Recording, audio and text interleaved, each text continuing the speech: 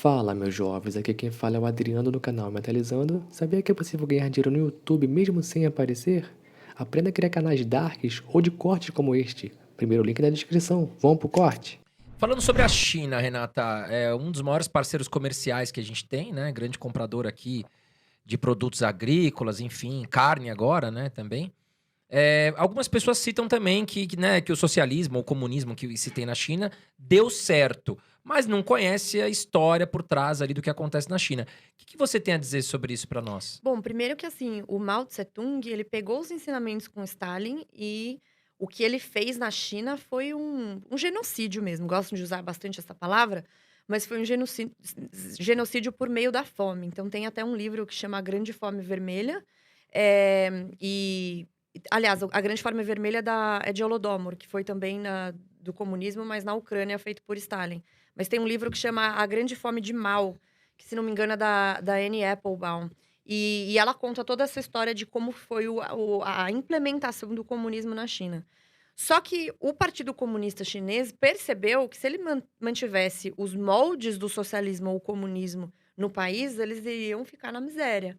E qual que foi a grande virada da China? Foi quando eles começaram a abrir um pouco a economia. Então, a China, para quem não sabe, tem mais liberdade econômica do que o Brasil. Porém, muito baixa liberdade civil. Então, a China até vai ter agora na quinta turma do meu curso uma aula só sobre China, para mostrar que ele é um produto bizarro dessa mistura de capitalismo e socialismo, em que você tem liberdade econômica para empreender mais do que o Brasil. É mais fácil, olha que vergonha para o Brasil. É mais fácil você abrir uma empresa na China do que você abrir no Brasil. Que bizarro isso. Exato. E só que eles têm um poder sobre a população, um poder sobre a civilização muito grande. Então, de vez em quando, some um bilionário, aí ele fica um tempo sem aparecer, aí volta falando bem do Do regime. Alibaba, né. Aconteceu isso com o Jack Ma, né?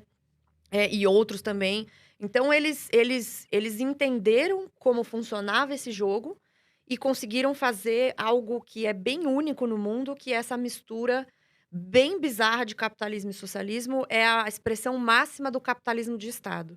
Então, aqui no Brasil, a gente não tem capitalismo de livre mercado, tem capitalismo de Estado, que é esse capitalismo muito regulado pelo Estado, com as empresas campeãs nacionais. Você lembra disso na época do PT? Ah, vamos eleger os campeões nacionais. Eike Batista. O Eike não tinha absolutamente nada. As empresas dele não tinham nada, não tinham extraído nada, não tinham feito nada.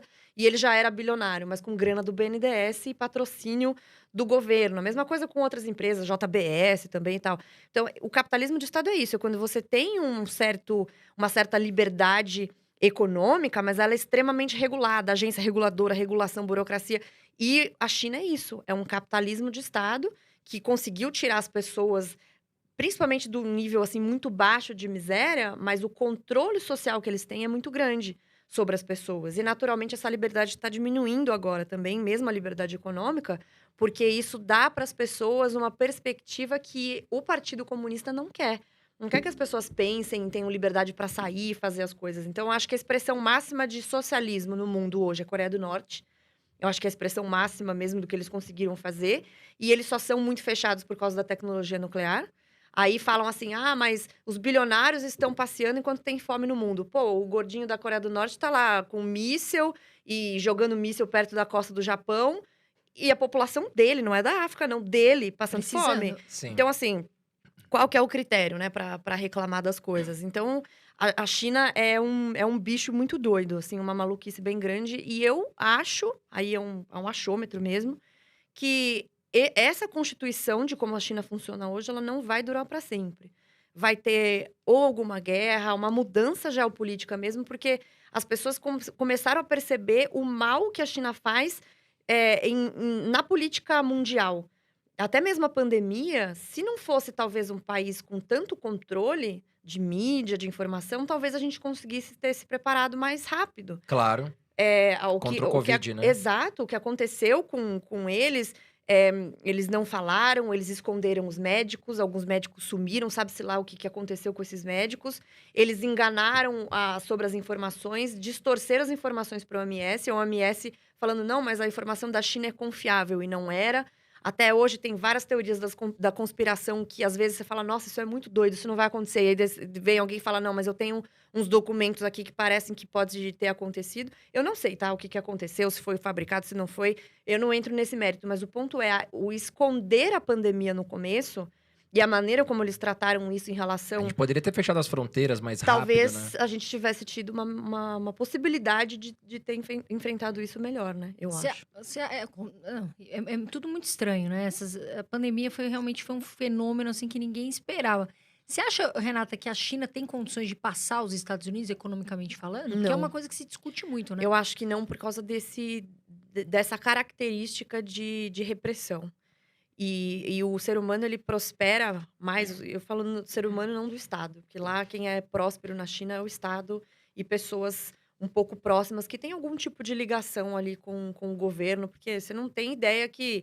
É óbvio que as empresas grandes que funcionam na China não funcionariam se o governo não tivesse dado a permissão e ele não tivesse controle sobre diversos aspectos sociais, civis e econômicos da empresa e tudo que está nela. Mas não acho que vai passar, não. Porém, mesmo os Estados Unidos, que é uma expressão grande de capitalismo, eles não estão mais nas primeiras posições de liberdade econômica, porque também foram cada vez mais cedendo a essa pressão de aumentar o Estado. E hoje eles emitem muita moeda, eles estão nessa agenda mais progressista. Então, nenhum país, mesmo que tenha liberdade econômica, tenha sido muito próspero, está imune aos efeitos perniciosos desse aumento do Estado. E um exemplo que eu dou é a Austrália, que é a segunda ou terceira posição do ranking de liberdade econômica, ou seja, muito fácil de empreender, muito simples de tomar decisões, o Estado não fica em cima de você, mas agora está sendo um dos piores países a lidar com o Covid em relação às liberdades civis. Então, as pessoas estão passeando na rua, vem o policial e vê se você está realmente tomando café para ficar sem máscara. E chacoalha, assim, o seu negócio, prende pessoas, tipo, senhor de idade, prende, joga no chão. Então, assim, ninguém tá imune, nenhum país está imune a esses efeitos de segurança que eles falam que dão e que, na verdade, é uma imposição e uma redução das liberdades individuais. E o Reagan mesmo falava isso. Até a Ana Paula Henkel, quando vier para o Brasil, acho que é um outro nome legal para vocês convidarem para ela falar sobre Estados Unidos. O Reagan falava, a liberdade está sempre a uma geração de ser extirpada, ela deve ser preservada sempre. E os países que convivem com liberdade há muito tempo, que é o caso da Austrália, tem uma expressão em inglês que não sei traduzir muito bem para português, que é tipo take for granted, ou não leva tão a sério, acha que ela vai estar sempre aí, mas não tem como você achar que a liberdade é uma coisa assim given para você e que ela tá aí para sempre. Você tem que proteger essa liberdade sempre.